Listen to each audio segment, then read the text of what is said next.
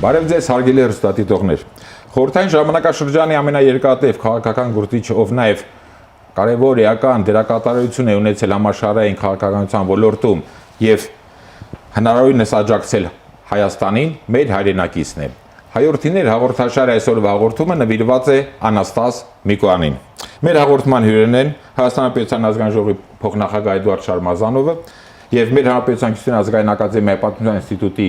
փոխտնօրեն, պատմական գիտությունների դոկտոր պրոֆեսոր Կարեն Խաչատրյանը։ Բարի գալուս հարգելի բարեկամներ, շնորհակալություն հրավեր ընդունելու համար։ Այժմ դիտենք փոքրիկ ակնարկ նվիրված Անաստաս Միկոյանի կյանքին եւ գործունեությանը եւ շարունակենք մեր հաղորդումը։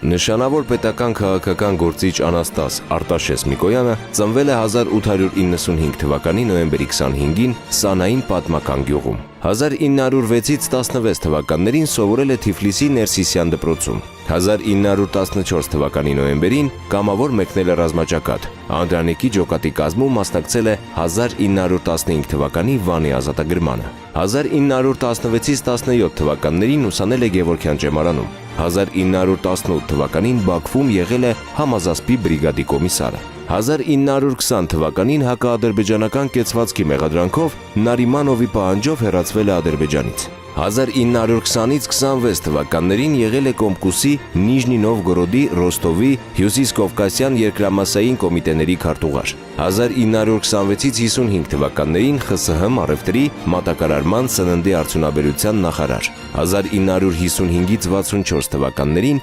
նախարարների խորհրդի նախագահի առաջին տեղակալ։ 1964 թվականի հուլիսից մինչև 1965 թվականի դեկտեմբեր ԽՍՀՄ Գերագույն խորհրդի նախագահության նախագահ։ Մահացել է 1978 թվականի հոկտեմբերի 21-ին։ Թաղված է Մոսկվայի Նովոդեվիչյան գերեզմանատանը։ ԽՍՀՄ-ում սննդի արդյունաբերության եւ առևտրի համակարգերի ստեղծողն է։ 1941-ից 45 թվականներին ղեկավարել է խորհրդային բանակի մատակարարումը։ 1943 թվականին արժանացել է սոցիալիստական աշխատանքի հերոսի կոչման։ Ամերիկայի Միացյալ Նահանգների եւ Անգլիայի ղեկավարության հետ բանակցել է ԽՍՀՄ-ին զինամթերք եւ վարկեր տրամադրելու շուրջ։ 1952 թվականին Ստալինը ձգտում էր Միկոյանին հեռացնել ԽՄԿԿ Կենտկոմի քաղբյուրոյի կազմից։ 1956 թվականին Խրուշչովին համոզել է դատապարտել անհատի պաշտամունքը եւ ղեկավարել է բռնաճնշումների զոհերի արդարացման առաջին հանձնաժողովները։ 16 եւ 14 տարեկան որդիները նույնպես բանտարկվել էին։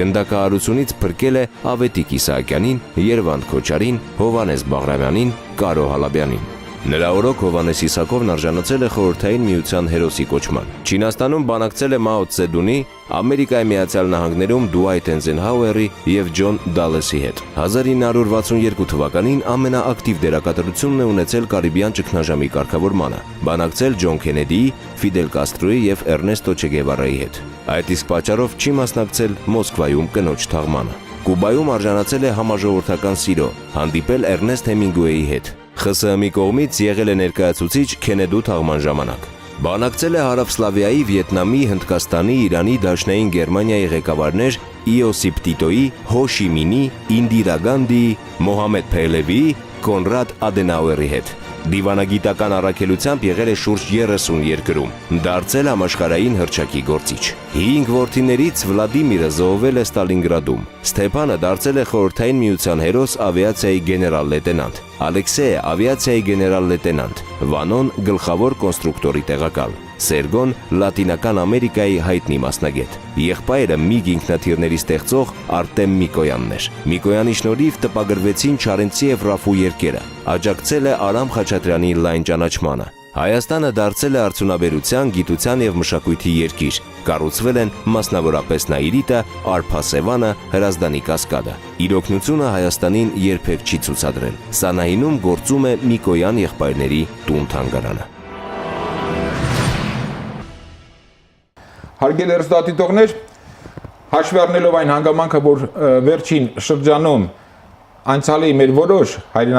քաղաքական գործիչների, մասնավորապես մեր անվանի հայրենակիցների անձի եւ գործունեության գնահատման վերաբերյալ առկա են որոշակի հակասական տարաձայնություններ մեր հասարակության տարբեր խավերում, այդ իսկ պարզ պատճառով հարկ համարեցինք, որպեսզի հայորդիներ հաղորդաշարով ներկայացնենք մեր այն անվանի հայորդիներին, ում անունը ոչ միանշանակ գնահատական է ստանում մեր ներկա օրերին։ Պարոն Շարմազանով, հայկական մի հերավոր կամ աշխարհից կտրված մոռացված գյուղից մի պատանի դուրս եկավ Միկոյանը եւ դարձավ 20-րդ դարի խոշորագույն քաղաքական գործիչներից մեկը։ Ինչպես խորհրդային միության մասշտաբի, այնպես էլ ինչու թող հենց շատ անհամեստ չնչի, նաև համաշխարհային մասշտաբի։ Այո, Անաստաս Միկոյանը դուք իրաված եք, ոչ միայն խորհրդային միության մասշտաբով էր պետական հզորագույն գործիչ եւ առաջին հերթին դիվանագետ եւ տնտեսագետ, որի մասին ես կխոսեմ, այլ նաև միջազգային այդ ժամանակաշրջանում համաշխարհային քաղաքական մտքի կարևորագույն դեմքերից մեկն էր, ընդհանրապես ասեմ, որ եւ 30-ական թվականների նրա այցելությունը Ամերիկայի Միացյալ Նահանգներ, որտեղ նա շատ լուրջ կապեր հաստատեց Միացյալ Նահանգների տնտեսական լուրջ դեմքերի հետ, ինչպիսին է Հենրի Ֆորդը, ապագայում նրա շնորհիվ բոլորը խոսում են Կարիբյան ճգնաժամից, բայց 58 թվականին, երբ որ Խրուշչովը հանդես եկավ խնդրահարույցան հայտարարությամբ եւ փաստորեն խորհրդային միությունը մերժեց Պոզդամի պայմանավորվածությունները, Միկոյանն էր, որ 59 թվականին գնաց Վաշինգտոն եւ պայմանավորվեց Էյզենհաուերի հետ, որից փրկեց փաստորեն աշխարհը երրորդ աշխարհամարտից։ Դրանից հետո 62 թվականի Կարիբյան ճգնաժամը, Էլի Էյզենհաուերը դրանից հետո արդեն Քենեդու հետ։ Նույն մեծ դերակատարում ունեցել 56 թվականին շատերը խոսում են Հունգարիայի ճգնաժամի մասին, բայց դժբախտաբար այդ ժամանակ Միկոյանը Մոսկվայում չէր, բայց մինչ այդ ինքը արդեն Հունգարիա խորհրդային զորքերի մտցման դեմը հանդես եկել։ 56 թվականին Միկոյանի ջանքերով հենց նրա հուշերում կա ինքը թույլ չի տվել, որպեսի համոզել Խրուշչովին եւ խորհրդային ղեկավարությանը, որպեսի նա Լեհաստան զորք չմտցնի խորհրդային միությունը։ Անհատի պաշտամունքը, որի մասին խոսել եւ ամենակարևորը ասեմ Միկոյանի մասին, շատ դիպուկ արտահայտվել է Միկոյանի մասին Գերմանիայի կանցլեր Կոնրադ Ադենաուերը։ Նա ասել է, որ Միկոյանը համաշխարհային մակարդակի դիվանագետ էր եւ չտեսնված տնտեսագետ։ Մենք բոլորս խոսում ենք նրա դիվանագիտության ունակությունների մասին, բայց նա չտեսնված նաեւ տնտեսագետ էր։ Միացյալ Նահանգների պետքարտուղարն ասում է, որ Միկոյանը ինչպես այն խորհրդային տարիների տերմին կար։ Միացյալ Նահանգների դեսպանը խորհրդային միությունում ասում է, որ Միկոյանը միակն է Կրեմլում, որի հետ կարելի է բանակցել։ Սա արդեն խոսում է Միկոյանի տաղանդի մասին, պատմության մեջ ինչ չի հանդիպել մի պետական գործիչ, քաղաքական գործիչ, որի նկատմամբ ժամանակակիցներ ունենան միանշանակ գնահատականներ։ Չի եղել պատմության մեջ եւ հայոց պատմության եւ առհասարակ համաշխարհային պատմության մեջ գործիչ, որին բոլորը ծափահարել են, որը զերծ չի եղել սխալներից կամ թերություններից։ Բնականաբար նաեւ Միկոյանն է ունեցել բազում թերություններ եւ սխալներ, եւ մենք չենք հավակնում Միկոյանին որպես սուրբ ներկայացնել։ Սրբերը չկան քաղաքականության մեջ, սրբերը բոլորը երկնքում են, բայց Միկոյանը այն, որ բնատուր դիվանագետ է, բնատուր պետական գործիչ է, շատ օգտակար գործ է կատարել եւ համաշխարհային կայունության ու խաղաղության եւ նաեւ խորհրդային Հայաստանի համար, սա փաստ է։ Ի վերջո, ես կարծում եմ, որ մեր նպատակը պետք է լինի ոչ թե հակադրության մեջ տեսնել մեր ժողովրդի տարբեր շրջանների պատմություն, այլ մենք պետք է միասնության մեջ տեսնենք, ասենք մենք չպետք է հակադրենք Արամ Մանուկյանին, Միկոյանին եւ այսօրվա գործիչներին։ Դրանք բոլորը մեր պատմությունն է եղել։ Եթե մենք այսօր նայենք, մենք պետք է սովորենք նաեւ միջազգային, ասենք մենք շատ ենք խոսում Եվրոպայից, բայց մենք Եվրոպայից պետք է օրինակ վերցնենք։ Տրաֆալգարի հրապարակում եւ Օլիվեր Կրոմվելի արձանն է եւ Թագավոր Կարլի արձանն է, որին Կրոմվելը ոչնչացրել է։ Ֆրանսիայում հարգում են եւ Նապոլեոնի եւ Ռոբեսպիերին եւ Դանտոնին, չնայած նրանք եղել են Ռոբեսպիերը Դանտոնի գլուխը կտրեց, հետո եկան Ռոբեսպիերի գլուխը կտրեցին, ասենք բայց նրանք բոլորը դա ֆրանսիական պատմությունն է, որևէ մեկը չի ասում Ֆրանսիան, որ Լուին 14-ը կամ Լուի 15-ը ինքը եղել է Սերիկա, իսկ հետո արդեն Յակոբյանները եղել են, իսկ մենք պետք է կարողանանք ամբողջական նայել այդ պատմությանը։ Իսկ ինչ վերաբերում է Միկոյանին, իմ կարծիքով Միկոյանը դա 20-րդ դարի խոշորագույն պետական գործիչներից մեկն է եղել, եւ եթե 20-րդ դարը տվել է 3 խոշորագույն դիվանագետ համաշխարհային մակարդակի, դրանցից մեկը եղել է Միկոյանը։ Շնորհակալություն։ Պարոն Խաչատրյան, Միկոյանը ինչ խոսք առավել հայտնի է որպես տնտեսական եւ դիվանագիտական արդեն նշվեց ոլորտի գործիչ, մասնավորապես խորհրդային միության մասշտաբը հասկանալի, մասնավորապես ինչքան տեղյակ եմ բուն Հայաստանում մեր հանրապետությունում նրա ունեցած մասնակցությունը թեկուզ եւ ոչ անուղակի, բայց նրա չերևացող հովանավորությամբ սկսած Երևանի ծառապատումից, Նայիրից, Արփասեվան եւ այլն եւ այլն։ Այսինքն ցանկային տնտեսական արդյունաբերական այդ մի քանի չնչին մասը թվարկեցի, այն հատվածն է, որը մեր հանրապետության այդ հսկա պոտենցիալը ստեղծեց, նաեւ ինչու՞ չէ ազգային տարբեր ոլորտներում գուցե մշակութային իր դերակատարություն է ունեցել։ Այդ առումով խնդրում եմ ներկայացրեք Միկոյանի կերպարը հենց պատմական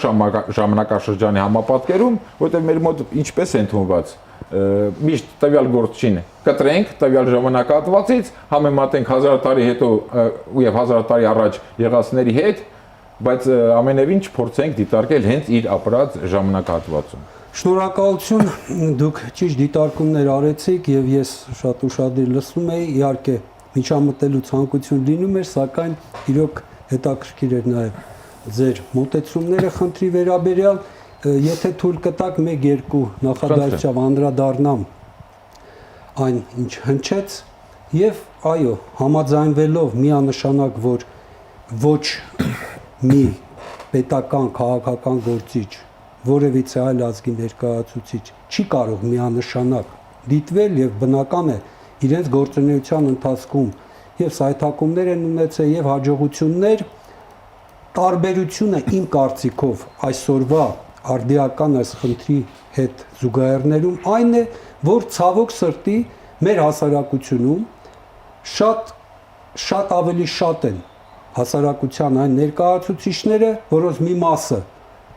այդքան էլ տեղյակ չէ պատմական իրադարձություններին, որոնք բազմիցս քննադատելով եւ անգամ ազգի դավաճան հանելով Անաստաս Միկոյանին, դրա կողքին գոնե նշեին 1-2 դրական, որը այդ խոշոր անհատը կատարել է։ Դա է վիրավորական։ Գիտեք ինչ, առավել եւս մեր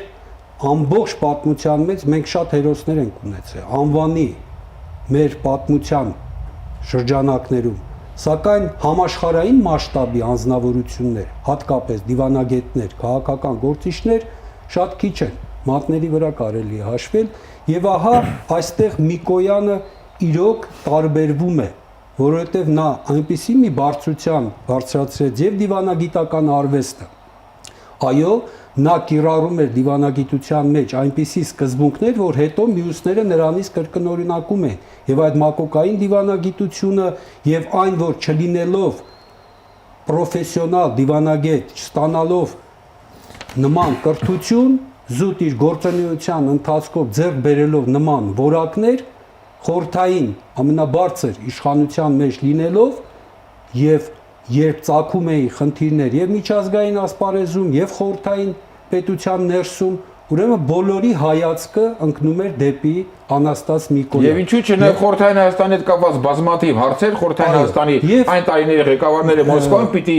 լուծեին Միկոյանի հենց այսպես ասած լոբինգով խնդիրների լոբինգի շնորհիվ։ Եվ այստեղ պարոն Շարմազանովը ճիշտ նշեց, այո, այդ խնդիրներում եւ Հայաստանի հետ կապված սոցիալիստական ճամբարի հետ կապված խորհրդային միության խնդիրներում Պոլիտբյուրոյի միակ անդամն էր, որը ընդդիմանում էր եւ ճիշտ էր ընդդիմանում, ցավոք շատ դեպքերում նրա խոսքը չէր հասնում իր նպատակին եւ խորհրդային իշխանությունը գործում էր այնպես, ինչպես գործում էր։ Այստեղ է, որ Անաստաս Միկոյանին մենք պետք է գնահատենք եւ դա միանշանակ է։ Եվ ես կցանկանայի հասարակության այն անդամներին, ովքեր միայն բացասական կողմերով են, եւ այո, նրանք իրավացի են, որտեղ Միկոյանի գործունեության մեջ եղել է նաեւ բացասական դրվագներ եւ հատկապես ինչպես ցանկացած քաղաքական կամ պետական գործի գործունեության ընթացքում, որը խորհրդային պատմության սև էջերից մեկն է, ինչպես կարող է որևիցե անհատ արդարացնել 1937 թիվը, բռնադատումները, բռնաճնշումները, աքսորը եւ այո, որպես բարձրաստիճան ղեկավար նրա մասնակցությունը նրանում նույնպես կա։ Բայց դուք նույնպես ճիշտ ասացիք, որ պետք է դիտել ժամանակի մեջ։ Ես գոնե որպես պատմաբան եւ իմ գործընկերներից եմ հարցրել նաեւ ռուսաստանցի օտարերկրյա որևիցե մեկ խոշոր բարձրաստիճան խորհրդային պետական գործիչ,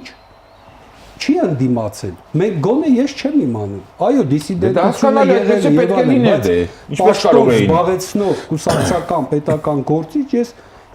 չեմ լսել, որ այդպես ընդդիմություն ցուցաբերեր Ստալինին, որտեղ ով ընդդիմություն ցուցաբերում էր, բնականաբար արժանանում էր նույն ուրեմն դատավճրի։ Եվ ահա այստեղ է, որ պետք է նշենք նաև Անաստաս Միկոյանի քաղաքականության այն կետերը, որոնք առնչվում են խորհրդային Հայաստանի հայ ժողովրդի հետ։ Այո, այստեղ միանշանակ է, որ Անաստաս Միկոյանը որոշակի գործունեություն է ծավալել, շատ դեպքերում այդ մասին չի բարձրաձայնել։ Մեր հարգելի ունկնդիրները եւ այն մարդիկ, ովքեր չեն ուզում դրականը նկատել, պետք է նաև այդ մասին իմանալ, որ առանց բարձրաձայնելու Մոսկվայում լինելով կենտրոնում խորհրդային նա ընթացք է տվել, բարեհաջող ընթացք է տվել հայկական նաև ազգային խնդիրներին։ Մենք գիտենք, որ հետպատերազմյան տարիներին լոբինգային աշխատանքը միջին այլ կարծեմ չի փաստագրվում, ոչ մեկը չի իմանում այդ մասին։ Նախիջևանի խնդիրը եւ այստեղից պատվիրակություններ էին ուղևորվում Մոսկվա, նամակներ, հեռագրեր էին գրում, ահա այնտեղ է, որ Անաստաս Միկոյանը ցուցաբերում էր աջակցություն։ Եվ նաև շեշտենք պատերազմի երկրորդ աշխարհամարտի եւ նրա մասը կազմող հայրենական մեծ պատերազմի տարիներին բացառիկ է Անաստաս Միկոյանի դերը։ Կարծեմ ողջ Կարմիր բանակի սպառազինության մատակարարող ամեն ինչը կապերը Մեծ Բրիտանիայի, ԱՄՆ-ի հետ, որովհետեւ այդ զենք, զինամթերք, սննդամթերք բերվում էր այնտեղից, դա շատ դժվար խնդիր էր։ Այսօրվա հեռավորությունից թվում է թե յուրաքանչյուրը դա կաներ, ոչ։ Եվ այստեղ է, որ Միկոյանը ձեռք բերեց դիվանագետի այն հմտությունները, որոնք փայլուն իրականացրեց հետ պատերազմյան տարիներին։ Նշեմ, որ մեծապես նպաստել է Հայաստանում ռազմական արդյունաբերության ոլորտների հիմնադրմանը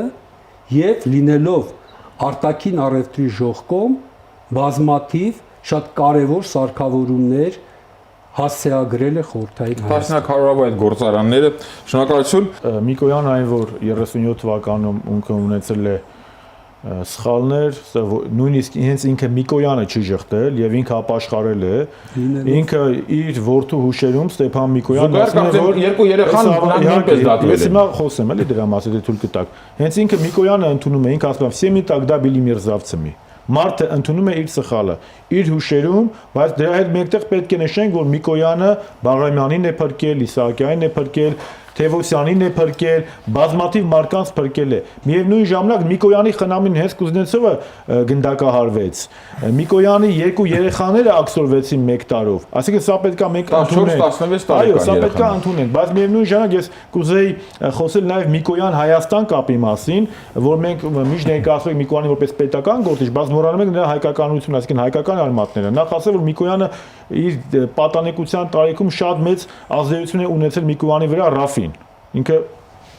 իր հուշերում գրում է, որ իր ամենասիրած գլուխը Ռաֆին է, Սամվելը, Դավիթ Բեկը դա եղել են նրա կերպարները։ Չմոռանանք, որ երկրորդ առաջին աշխարհամարտը երբ որ սկսվում է,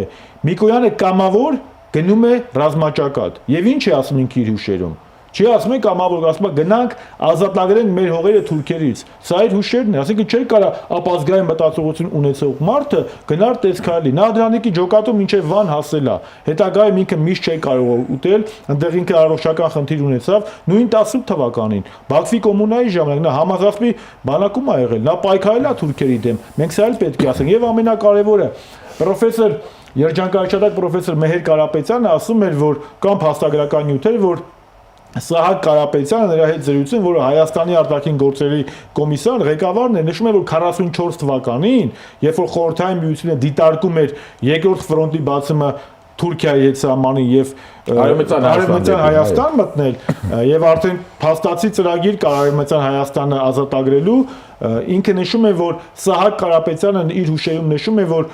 Անաստաս Միկոյանն է նրան հանձնարարել, որպեսզի նա 44 թվականին Արևմտյան Հայաստանի 3 նախագիծ տա, մեկը միայն Կարսով, մեկը Կարսով ու Արդահանով, մեկը Կարսով, Արդահանով ու Բայազետով, մյուսը մինչև Վան, այսինքն եթե Միկոյանը ինքը ազգային մտածողություն չի ունեցել, այդ ո՞նց է ինքը շահագրգռված եղել, որպեսզի արևմտյան Հայաստանը միավորվի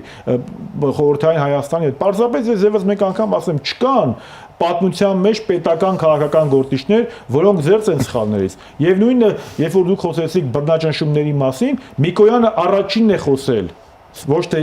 Խրուշչովին Միկոյանն է համոզել, որ ստեղծի այդ հանրաժողովը։ Խրուշչովը փաղնիստում է խոսում, առաջինը Միկոյանն է դրա մասին խոսում։ Եվ ինքը իր հուշերում ասում է, որ մոտենում է իմ եղբայր Արտեմը, ասում է Անաստաս, դու ինչ ասում ես, ճիշտ էիր ասում, բայց կարող է գլուխը տուտեն։ Հասկացած եք, դա բաներ պետք չէ, նաև համարձակությունն է պետք։ Երկրորդը հետագայում 50-ական թվականների Ստալինի մայից հետո ինքը այդ ռեպրեսիաների ընտանիքների, որ պետք է վերականգնեն նրանց իրավունքները, այդ կոմիտեն ինքը վերականգնեց։ Ինքը դրա հենց ղեկավարն էր, ինքը ղեկավարում էր, այսինքն Եվ չմոռանանք, մենք բոլորս խոսում ենք ազգային զարթոնքի մասին, մեր ազգային զարթոնքը 65 թվականի ցեղասպանության 50-ամյակն էր։ Իսկ կներեք 65 թվականին դե յուրե խորհրդային միության ղեկավարով էր Անաստաս Միկոյանը։ Բերութ հայկական բոլոր թերթերում գրում են ԽՍՀՄ նախագահ, ԽՍՀՄ պրեզիդենտ Միկոյան։ Եթե մենք ընդունում ենք, մենք չպետք է հատվածային չպետք է լինի, եթե այդ բռնաճնշումները 37-ի ասում ենք, պետք է 65-ի ազգային զարթոնքն էլ ասեն։ Այսինքն ինչ խորհրդային Հայաստանի ղեկավարները Զարուբյանը, Հարությունովը, Քոչինյանը այդ ժամանակաշրջանում գործում էին առանց կենտրոնի, իրանց սատարող էր այնտեղ պետք չէ, եթե Մոսկվայում թույլ չտային։ Բա իրանց լոբինգով էր անելու։ Այդ ժամանակ պետության ղեկավարները, եթե մենք դա ասում ենք, ուրեմն պետք է նայել ասենք, իմ կոչը բոլորին, բերեք ժողովուրդ ջան, մենք չհակադրենք մեր ժողովրդի պատմության տարբեր շրջաններ։ Ես չեմ բացառում, որ այս աղմուկի նպատակը, նաև միգուցե դրսից, որպեսզի մենք հակադրենք մեր առաջին հանրապետության, խորհրդային հանրապետության եւ երրորդ հանրապետության Եվ առաջին հանրապետությունը, եւ խորհրդային հանրապետությունը, եւ այսօրվա երրորդ հանրապետությունը մեր ժողովրդի հարստությունն են։ Եւ եթե այդպես նայենք, պարոն Խաչատրյանը թույլ չտա։ Իմանց հակադրել են ծայրականության մեջ։ Անդրանիկ ու Դերոնելն ունեցել շատ բարդ հարաբերություններ, Նեժդելն ու Ռուբեն Տերմինասյաններն ունեցել շատ բարդ հարաբերություններ։ Հիմա ինչա, պետք է ասենք ով ա լավ, ով ա վատ, ոչ։ Ինձ համար եւ Միկոյանն ա մեծ հայ, եւ Արամ Մանուկյանը, եւ Նեժդեհը, եւ Դերաստամատ Կանայանը, եւ այսօրվա երրորդ հանրապետության առաջին նախագահից մինչև այսօրվա շրջան։ Այսինքն մենք չպետք է հակադրենք։ Մեր խնդրը միշտ սա է եղել։ Արշակույններին հակադրել Բագրատունիներին, Արտաշեսյաններին, Երևանդույներին, մենք պետք է ամբողջությամբ մեջ վերցնենք եւ մի բան ասենք, չկան ամբողջությամբ անթերի քաղաքական գործիչներ եւ այս թերություններով հանդերձ Միկոյանը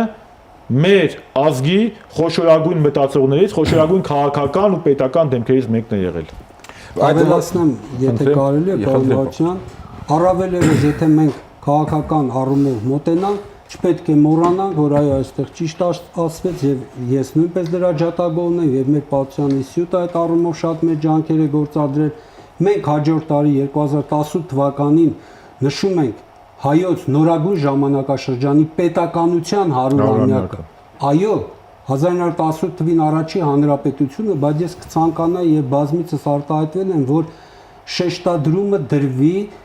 նորագույն ժամանակաշրջանի հայոց պետականության 100-ամյակը։ Որտեւ այդ շղթան, որը ճիշտ նշվեց, առաջի, երկրորդ, երրորդ հանրապետությունները մենք չպետք է չտարանջատենք։ Դա 20-րդ դարում եւ 21-րդ դարի սկզբին մեր ժողովրդի ամենամեծագույն